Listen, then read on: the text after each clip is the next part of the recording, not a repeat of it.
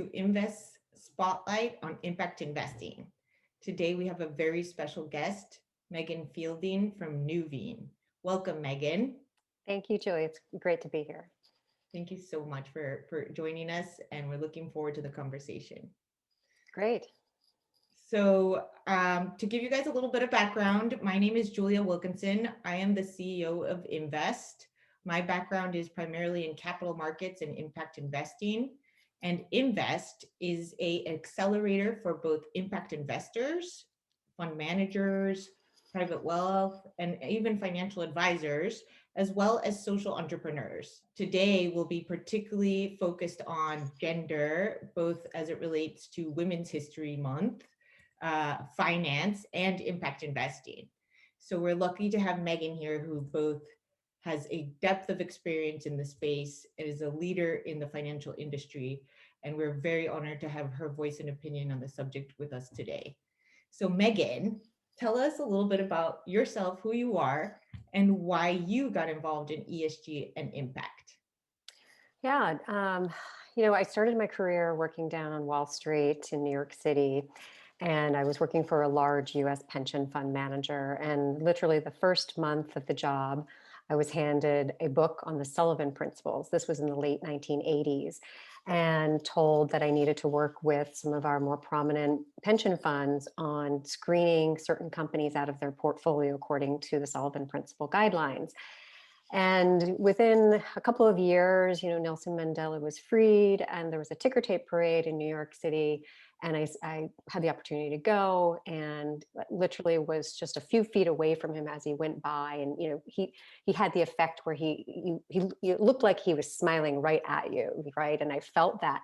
And in that moment, I realized I had been speaking this man's name almost every day for the last 3 years, but I knew nothing about him. And it really catalyzed something inside of me to want to really understand what was the whole Sullivan Principle focus about, and why is it so important, and who was he, and who is he at that time, of course. And that was extremely defining in terms of, I think, my focus on wanting to give a voice to what we call today social justice, but at the time, really the needs of investors. And that served to sort of catapult me into a variety of roles between working directly with clients on portfolio management and research issues, to marketing and sales, to developing products that they wanted to invest in, but they weren't out in the marketplace, to now working at Nuveen, where I have the opportunity to work with our client interfacing professionals with their clients and addressing the needs that they have.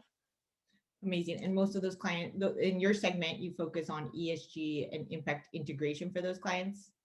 ESG integration, engagement, impact, increasingly climate, and very much so inclusion and diversity. Wonderful. And tell us, for the audience, because not everyone who is joining us knows what is impact investing in ESG. Can you help define it as you see it and as Nuveen sees it as well? Sure. So really, there's a category called responsible investing, and we define responsible investing as an investment approach that incorporates environmental, social, and governance factors into investment analysis, portfolio construction, ongoing monitoring of asset classes, with the objective to enhance long-term performance, manage risk, and create opportunity. Kind of the difference there, because I know a lot of people use the term impact investing to really mean the same thing. So for us, impact investing is the intentional investment practice of creating both risk-adjusted financial returns and measurable social or environmental outcomes. And this can be in public markets, private markets, and it can be focused on where we actively invest in solutions that are directly benefiting what we call the people or the planet, or both. Wonderful. So if I can repeat back to what I also agree and think is the key part of what you distinguish between ESG and impact is the intentionality towards the outcome. So one is more about risk and potentially opportunities, and the other is actually about very specifically achieving this outcome along with the financial return. Yeah, I mean, especially when I think of ESG integration, it's identifying the material ESG factors relevant to a sector, relevant to an asset class, and utilizing those in the investment process to make more informed decisions. Whereas the intentionality within impact investing is, I want to make a positive impact on society, and I'm going to find investment opportunities to do so. Wonderful. Thank you. So tell us, in 2021, what trends do you see in this ESG and impact space? Yeah, so it's the trends that are taking place that I'll mention. I think um, we have to acknowledge the enormous growth that has transpired in the industry, particularly in 2020. Sustainable funds in the U.S. last year attracted record flows, but they also did that in 2019 and 2018. So last year in the sustainable open-ended area as viewed by Morningstar, as well as within the ETF space, we saw over $51 billion come in. And that was a significant increase from 2019, where it was over 21 billion, and nearly a tenfold increase from the prior year, 2018, where flows were over or close to 5.5 billion. In Europe, we saw some record flows as well, double the year over year, double. And then in Asia, where ESG assets really in a carve out is much more of a nascent space, we also saw some record growth there, though. So in terms of trends, I would say, a couple things. One, climate first and foremost. I mean, thinking of the recent, extreme weather that the United States has been experiencing. We don't have to go too far to think about climate change and to see the realities of climate change. Living here on the West Coast, wildfires have, grown from a week or so to now, several decades later, to being a prolonged multi-month season, which is just devastating to a region. But fortunately, with the Biden administration, we see a very clear commitment to executive action to really focus on climate considerations as an essential part of U.S. domestic and foreign policy. As we heard, we've already, taken steps to rejoin the Paris Accord, which is very good. And so there's a lot of promise that we see in terms of potential policy and steps that can be taken to really address the severity of climate change. So that's one. I think we could spend many hours talking about multiple facets of climate, but that's certainly one trend. Another trend is really impact. And I'm going to take a different point of view on impact. As an organization and as an industry, a lot of resources are focused on the measurement of impact and the management of that of impact. What are we actually doing with our money? Recognizing all investments have impact, positive or negative. But what's keeping me up at night right now, which I think is a critical trend, unfortunately, as a result of COVID, is mental health. Just last week, research came out about the life expectancy in the US dropping by 1 year in the first 6 months of last year, obviously due to the amount of deaths of COVID. They have yet to calculate the second half of the year, but I think it's safe to assume that it'll be even more severe. We as a society in the United States have not seen such a drop since World War II. So the minorities, unfortunately, have suffered the biggest impact in our country, with Black Americans losing nearly 3 years and Hispanics nearly 2 years, according to these preliminary estimates. And I mention all of these stats because with all of these deaths, the people who remain have been severely impacted. They, continue on, but in this environment, resources are not necessarily outside at their fingertips. During the Right. Also, people are lonely from being alone at home, many of them in quarantine. Yes. Yep, exactly. During the pandemic, about 4 in every 10 adults have reported signs of anxiety or depressive disorder, just as you're saying. And 1 in 10 adults have reported these symptoms from January to June of the prior year. So a huge, increase, year over year, with COVID, without COVID. Anxiety, depressive quality, they're showing, certainly in children, given, significant shifts that have taken place in their lives. And unfortunately, the pandemic has disproportionately affected the health of communities of color. So non-Hispanic Black adults, 48%, and Hispanic or Latino adults at 46% are more likely to also report anxiety or depression. Um, so, the state of mental health is really, really critical right now. And as the vaccine, continues to get rolled out and hopefully more confidence in accepting that vaccine takes place, particularly, in communities where they're still gaining that trust, will start to emerge, quote unquote, back into society. However, those mental health issues will remain, and they will continue to, take root and sort of develop in a person. Um, there are statistics that the effects of this level of impact can remain for up to 10 years conservatively. So just thinking, how that is going to take root in the society, are companies truly thinking through what they need to do to help bring back employees, to help them feel comfortable, to help them feel safe to talk about what's discomforting them and what they're worried about. So, and more. Yeah. Point. And definitely you're seeing more of this over the past several years, understanding that mental wellness, the job, the role of the employer is also to help foster this creative, safe space for employees. So with this escalating need, we definitely have a lot of space to address that. Yes, absolutely. Third trend, the last one I'll bring up, is certainly around diversity, equity, and inclusion. And there's a lot there to really unpack, of course, but I think it's really, how do you build an inclusive society inside an imperfect, flawed one, right?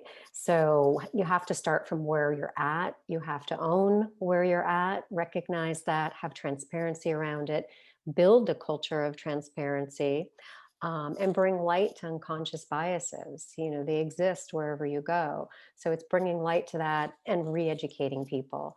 And so really starting with that awareness and willingness to be better.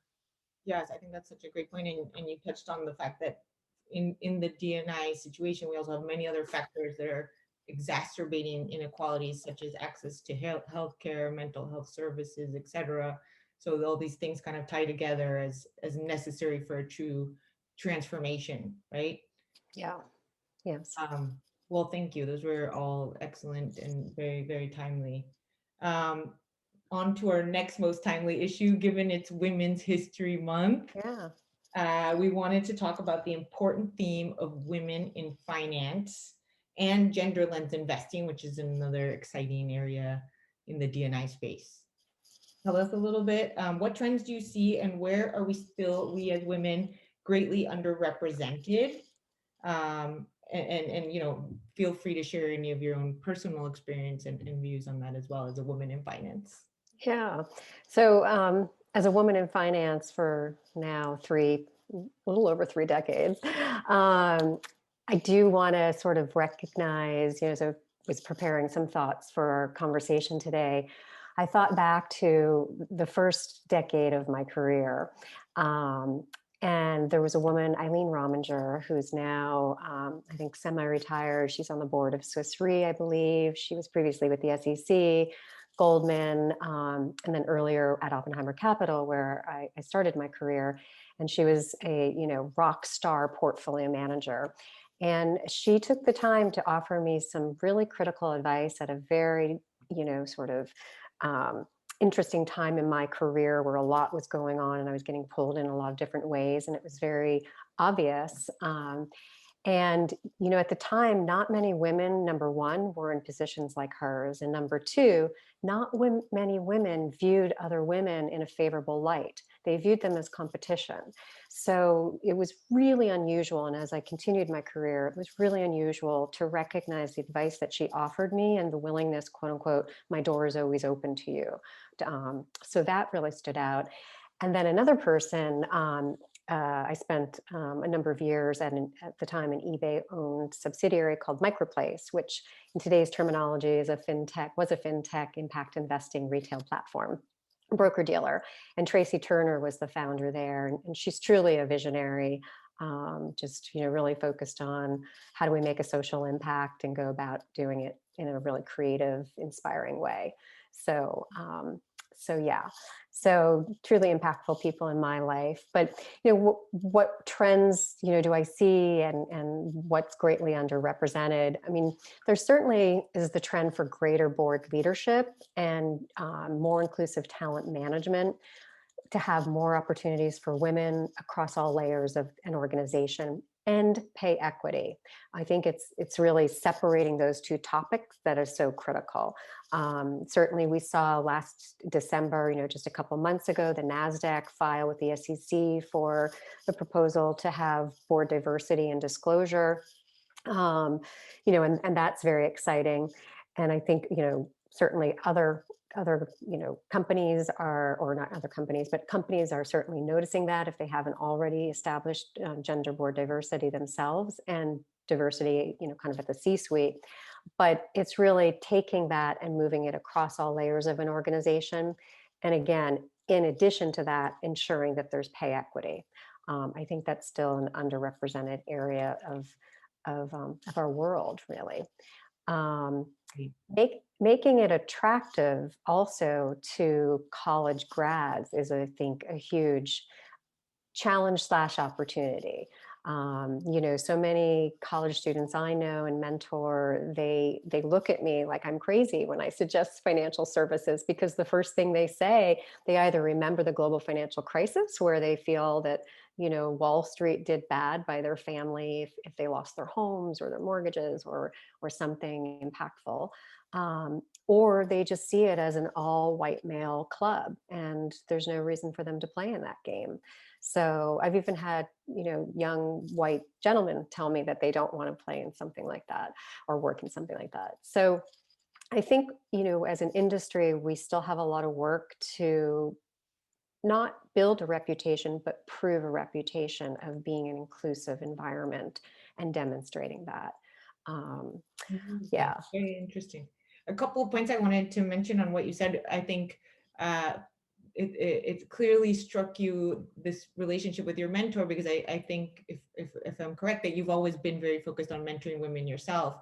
And did that kind of inspire you from that moment? Like, I'm always going to be an open door to other women as well. Or how did that lesson come about?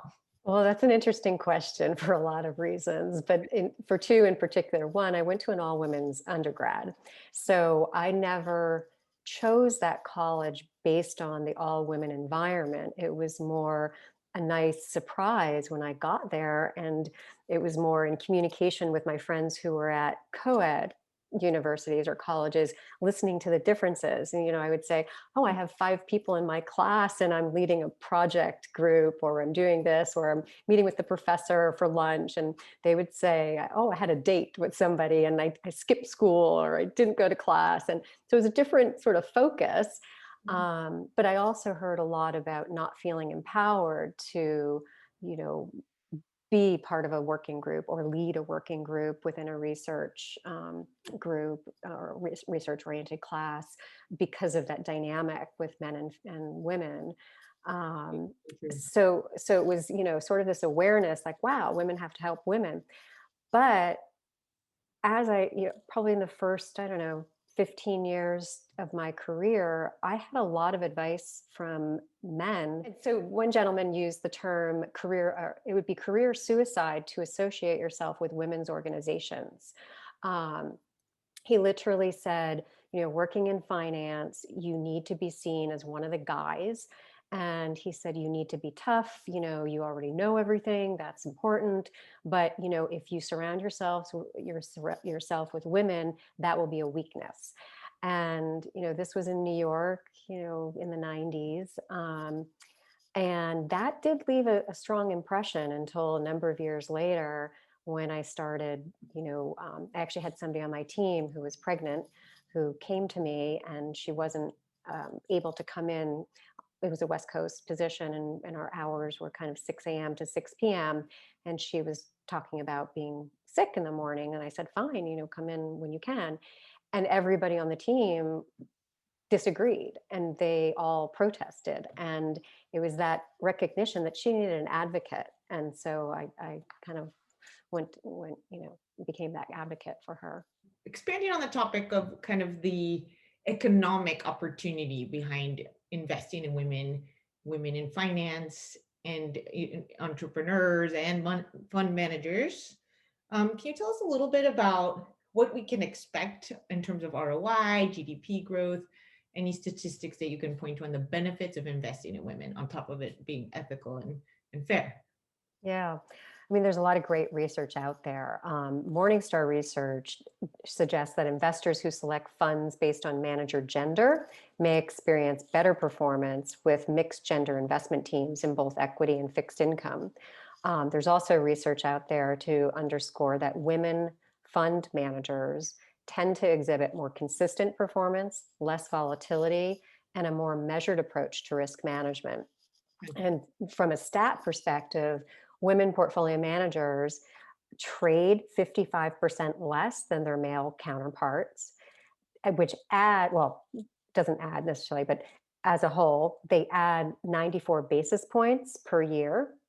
And then they also have demonstrated that they consistently boost returns between 38 and 41 basis points beyond the average for that category that they're managing money in, which is much higher than an all male or a mixed gender team. Very impressive. Yeah, so very interesting. So it makes sense to allocate part of your portfolio to women-led managers as a risk reduction and alpha creation tool, it sounds like. It makes good business sense, good economic sense. Yes. Okay. And I had also read, and perhaps you've seen this as well, that to your point about women in boards, adding at least one woman to a board can have a tremendous, quite sizable, sometimes even over 5% correlation with ROI increase. Yeah. And sometimes two women on the board add even more. So it's quite interesting to see that happens even across sectors, manufacturing, chemical, et cetera. So that's another exciting data point as to why it's only common sense to add to build diverse boards.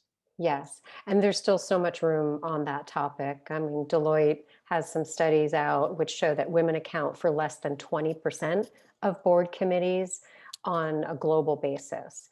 Here, typically in the US, we see that I think women constitute 45% of all new directors joining boards, but from a global perspective, and most people run, a global portfolio for themselves, there's still a lot of work to be done.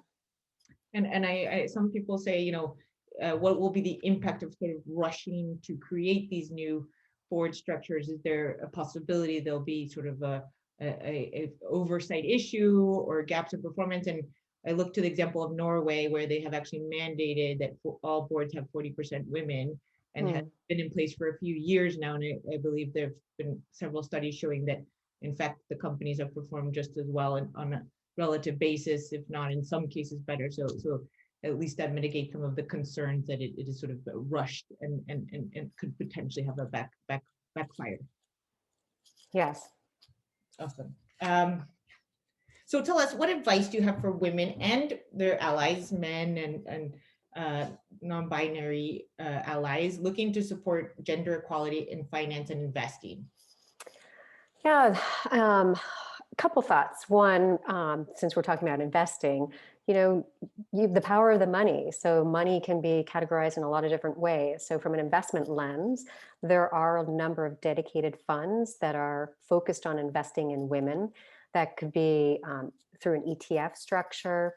It could be through a private fund where they're focused on gender equality, financial inclusion.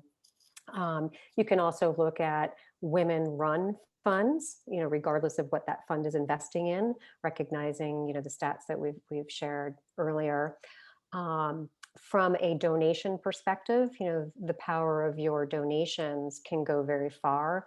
If there are certain causes or certain organizations that you personally want to invest in. There's also a number of angel fund networks, venture capital investing focused on women, investing in the women entrepreneurs. Purchasing power is another one, right? I mean, we go to the store, we go to Amazon or however you're purchasing things in today's environment, your money is power. So be focused on the brands that you want to support. There's a lot of people have heard of Jessica Alba's company, The Honest Company. More people are aware of The Real Real, which was started by a woman, Julie Wainwright. If you like to drink wine, there's Chandon Rosé is made by a female winemaker. There's just a lot of opportunities to really support women.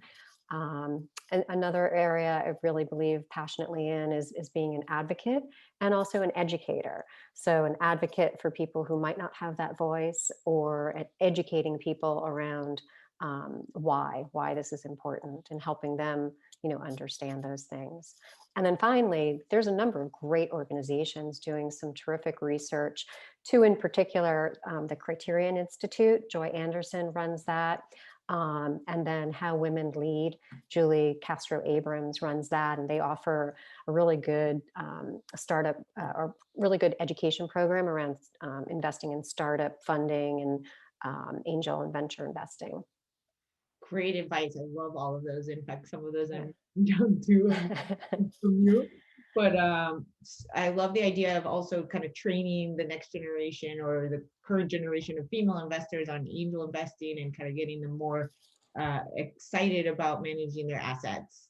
And I think we've seen this trend of women sort of becoming more likely to lead their own portfolios, even if they're married and traditionally their partner was, in charge of finance. It's exciting to see women taking sort of control of their assets in that way. And one thing I've seen, and perhaps you're seeing the same at Nuveen, is that women tend to be more excited about impact investing their own money than some of their male counterparts. And in fact, for example, in microfinance and other communities, 90% of the money that they receive, they invest in education, healthcare, and their own communities. Is that something you also see in your work, and any advice to women on impact investing? Yeah, well, certainly through the lens of ESG, I would say it's gender agnostic. People are coming to the decision to invest in ESG because it makes good investment sense.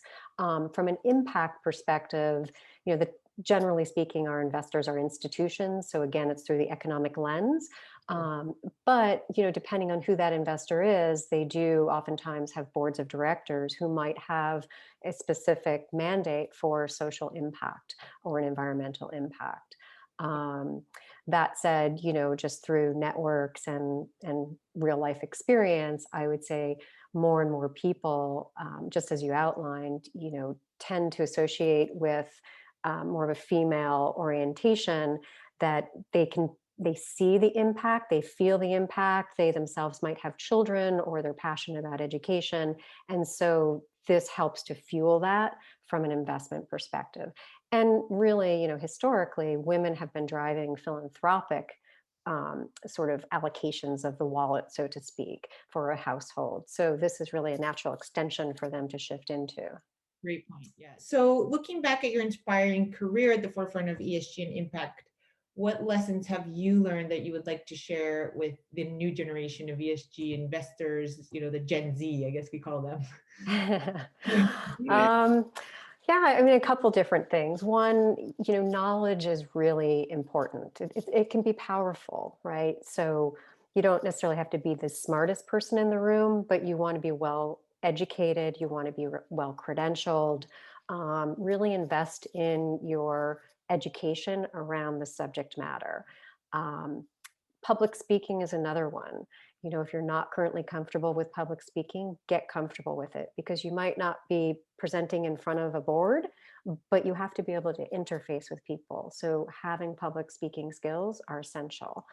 I would also say, going back to our conversation around being a mentor or an advocate, you don't have to be a certain age to serve as a mentor. And there's no sort of focus that a mentor has to be older than the mentee. So really finding people that you feel you can establish this relationship with and build that out. And I would also say that one mentor, one advocate does not fill all of the needs of one person. So almost really think about having a portfolio of mentors and mentees where you can really focus on different facets of who you are and give back and also build up. And Love then maybe, That's hmm? I love that idea of having a portfolio of mentees and kind of, fostering and organizing them by aspects of your life. Is that something you do yourself as well? I do, absolutely. Okay. Yeah, I've done that for a long time. And you continue to stay on your toes in a lot of different ways. You continue to learn, and it's extremely fulfilling. Wonderful. Yeah. Um, the last thing, they sort of dovetail together, but and it's particularly when you're first starting out, oftentimes it's, I have to get a job, I have to get a job.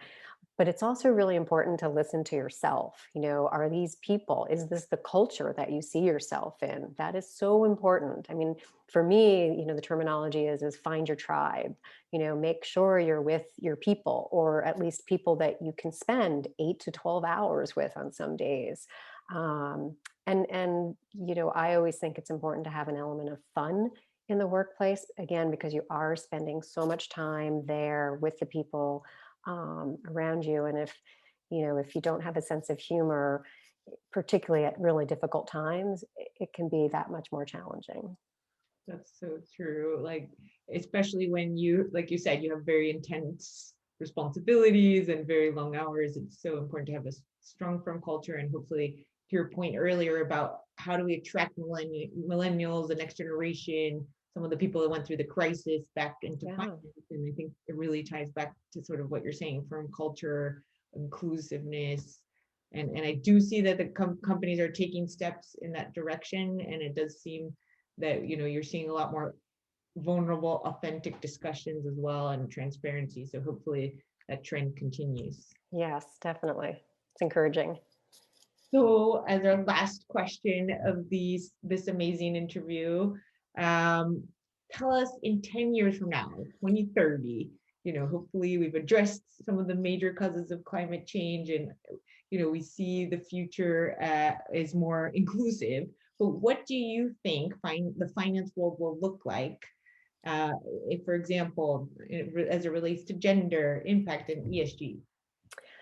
So when I think in 10 years, I think of the Sustainable Development Goals, the SDGs. So the big question is will we have achieved the SDGs?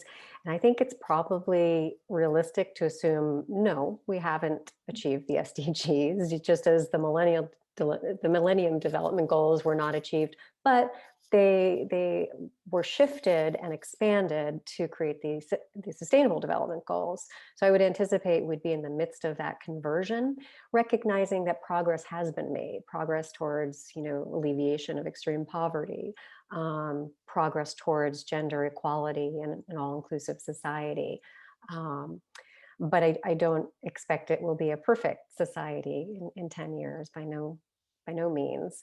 From an investment perspective, I mean, I would think that we would have ESG integration as just a norm within portfolio management, that we won't even have to call it out because it'll just be part of the investment process, and very acceptable, and recognizing that it adds value.